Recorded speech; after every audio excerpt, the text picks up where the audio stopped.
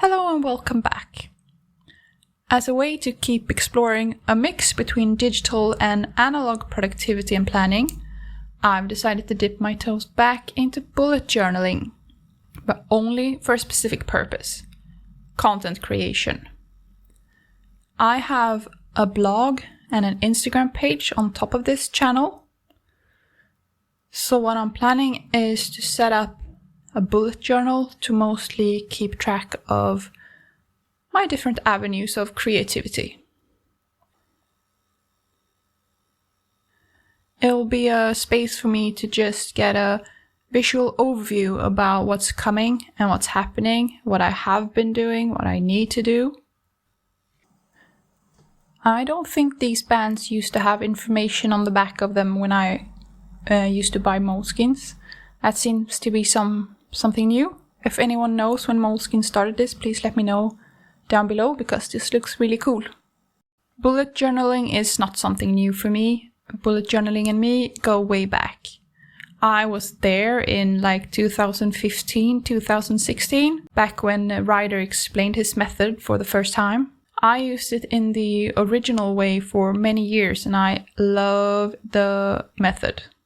After a few years I got more fancy with washi tapes and colors, but now I want to go back to basics a bit to not give myself too much busy work.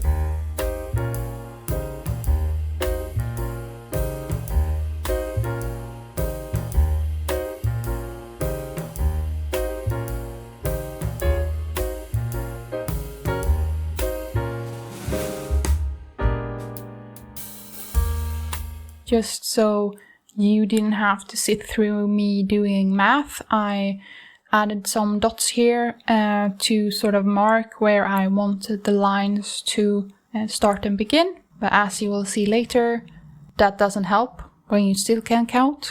So didn't work out for me, did it? We're almost halfway through the month already, but that can be perfect when you set up a bullet journal for a specific purpose and not just for life planning.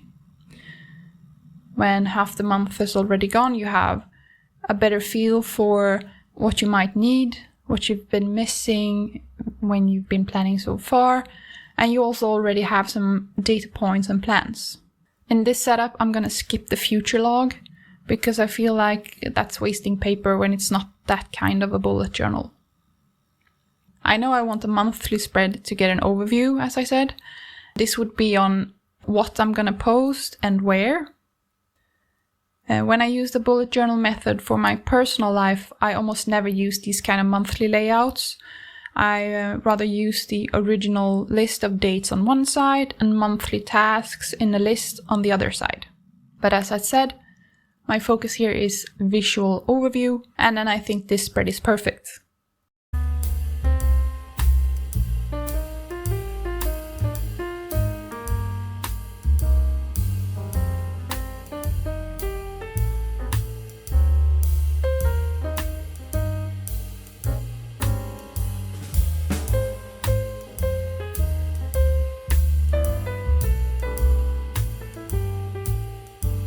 So as I said, I kind of messed up and the top squares got bigger than the rest of the squares.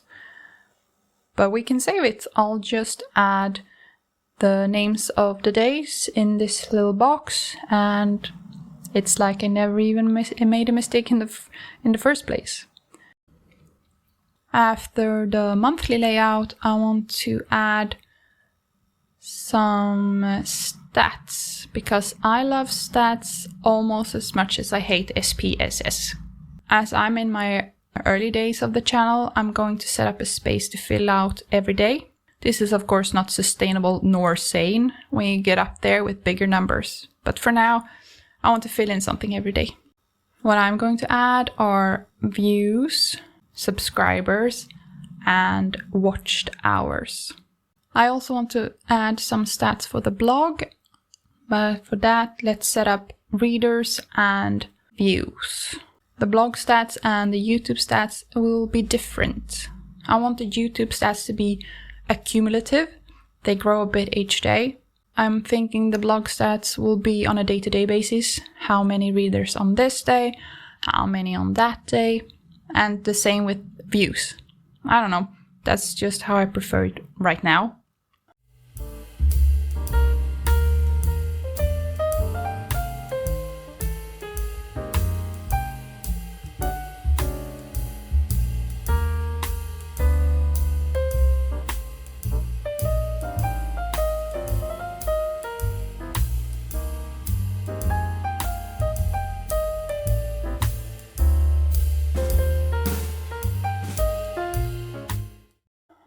Then I want to write about my goals for the month.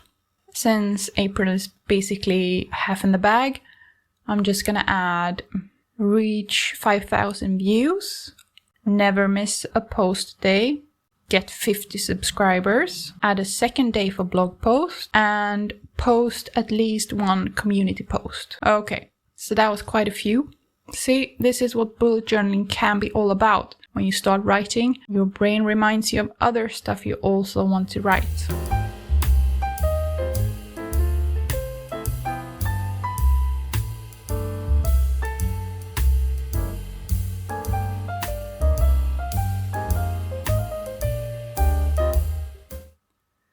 So let me also just fill in all the posts I have on schedule so I can get that overview that I wanted.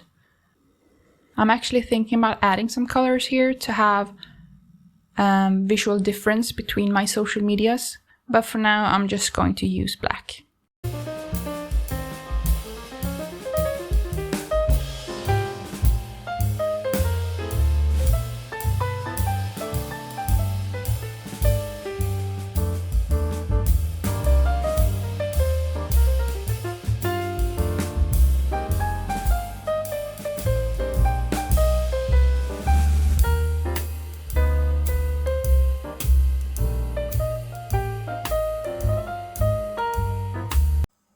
As you can see on this spread, I also have some space over to the right.